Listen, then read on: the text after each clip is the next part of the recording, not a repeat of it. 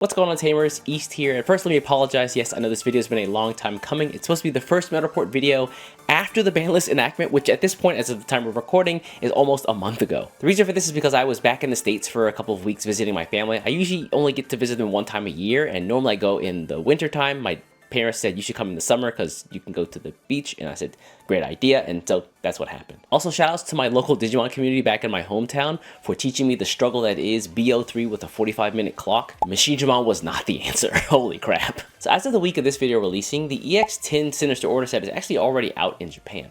But I still think it's worth taking a look at the post-ban list environment before we take a look at the new EX10 decks to get a baseline of what to expect moving forward. I also think it's a good idea to take a look at this time period before the EX10 set released, because during these like 2 to 3 weeks, Japan and I think China as well were having their store qualifiers for the Season 2 of the World Championships for the Digimon card game. I think they started like literally one day after the ban list went into effect, which gave players like almost no time. So what I think this video will give us is a really good idea of what Asian players are gravitating toward, and maybe what their thoughts are on the new environment as a whole. And honestly, if you saw my video about what to expect after the ban list went into effect, I think I was both generally not that far off from what actually happened, but also there was some really interesting things that popped up that I didn't predict. That being said, let's learn more by taking a look at some event results, a couple of key takeaways, and a closer look at some of the decks that topped over the course of the past week. So actually a couple things right off the bat. I'm actually going to be covering not 1, but 2 weeks of events for this meta report video. And I mean, there technically were 3 weeks of events. However, that last week was a little bit short. It was a little like 2 days less than the normal time window, because now new sets come out on a Saturday instead of a Friday.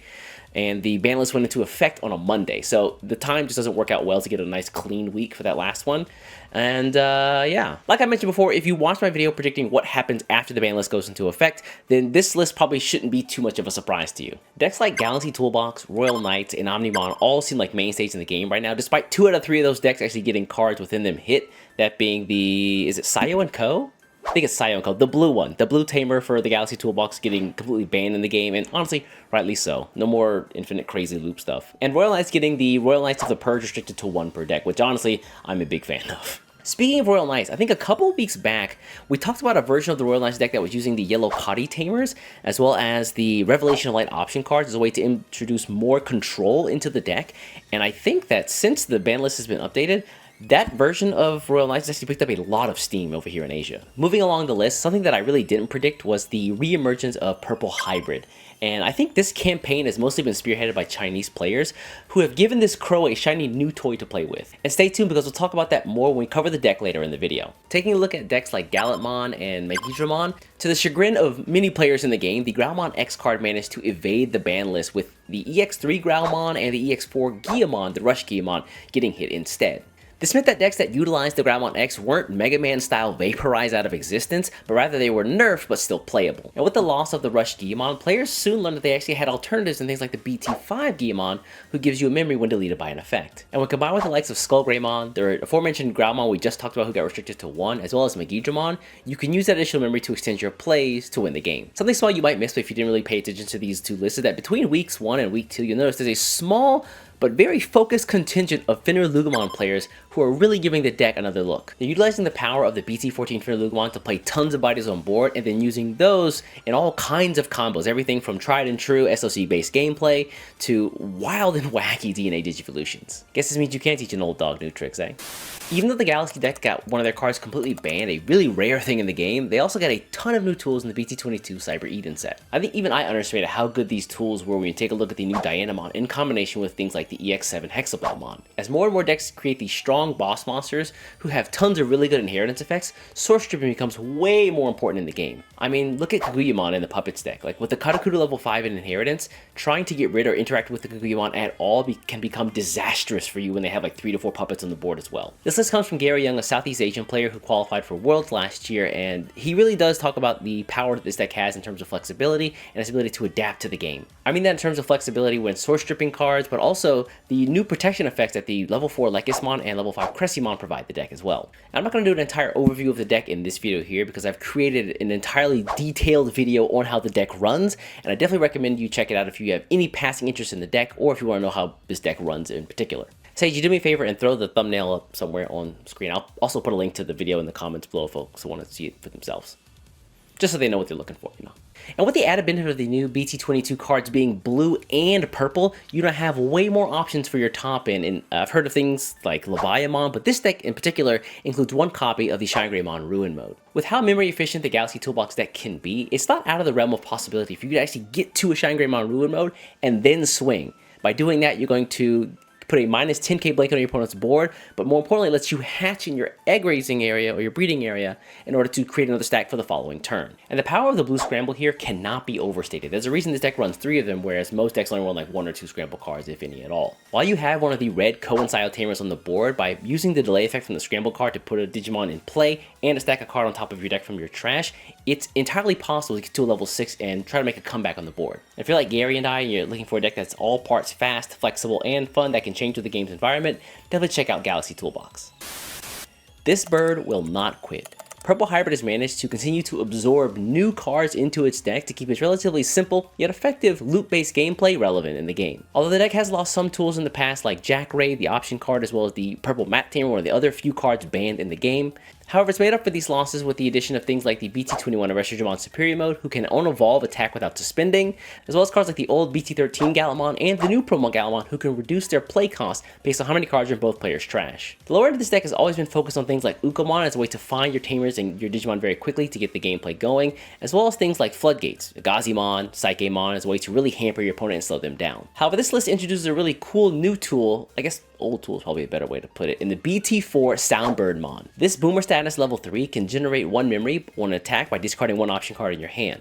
And when you combine this with cards like Underworld's Call in English, is that right? Well, why do I know that? I think it's called Call to the Underworld in Japanese. When you combine this relatively simple effect with option cards like Underworld's Call and Pummel Whack, you're generating 1 memory, 1 card draw, and 1 security check all at once. While also on the subject of trashing option cards, the Violet Inboots from BT18, this tamer, is actually a really cool idea for the deck where at the start of your main phase, you're going to be able to discard 1 option card, and when you do, you draw 1 card. And when you combine this with the aforementioned option cards, you're actually getting 2 card draw off of this one effect.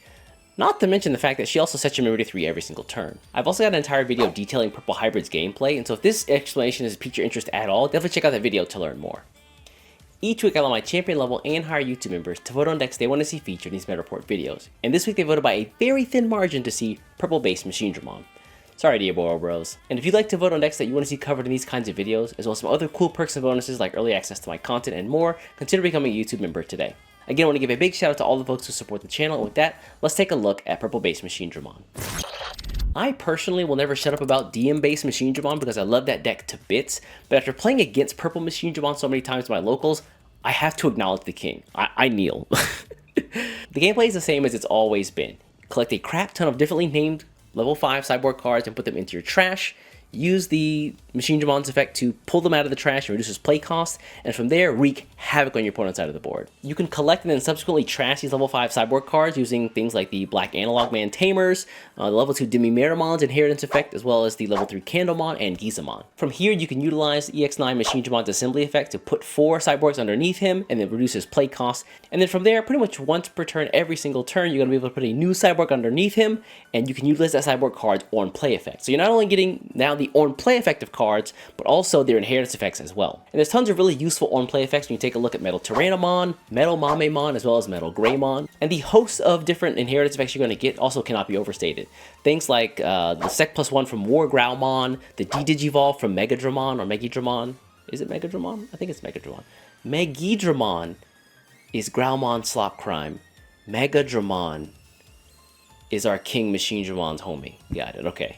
I digress. And even the unblockability of things like level 5 Oblivimon. What makes this deck so fun is that there's hundreds of configurations to adapt to pretty much anything the game can throw at you. What I personally think makes this deck even scarier are the additions of the new EX9 cards in the Black Analog Man Tamer and the Cyborg cards for level 5s from the EX9 set as well. The Cyborgs all let you discard a Cyborg card from hand to the trash in order to reduce their play cost by 2, making them 5 cost level 5s on the board, and they all have effects that let you get something off of them immediately when you play them. Everything from D-Digivolve to Source Stripping and Bouncing to DP-, pretty much anything you can think of or need. Not only that, but for every analog man you have on the board, whenever you do play one of those guys down, you can rest him and gain a memory and then draw a card. He's also got some other face down shenanigans, but that's not super important until you're really like getting into the nitty gritty of your Machinedramon stack, but reading the card explains the card. And what makes Machinedramon so annoying for your opponents is that whenever you would remove him from the board, you just throw away 2 source cards and he stays. And if that wasn't enough, you can go into the Chaosdramon cards to give you everything from de-digivolve effects to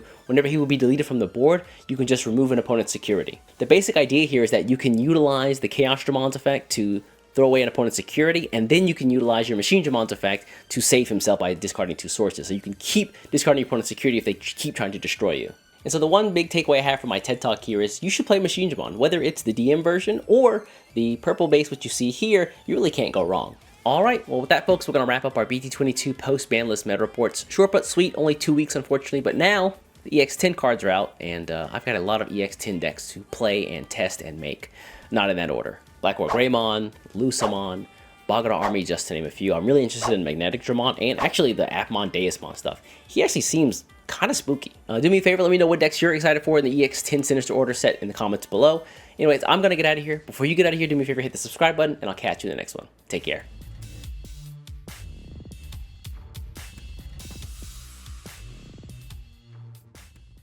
And then do crazy, wacky things.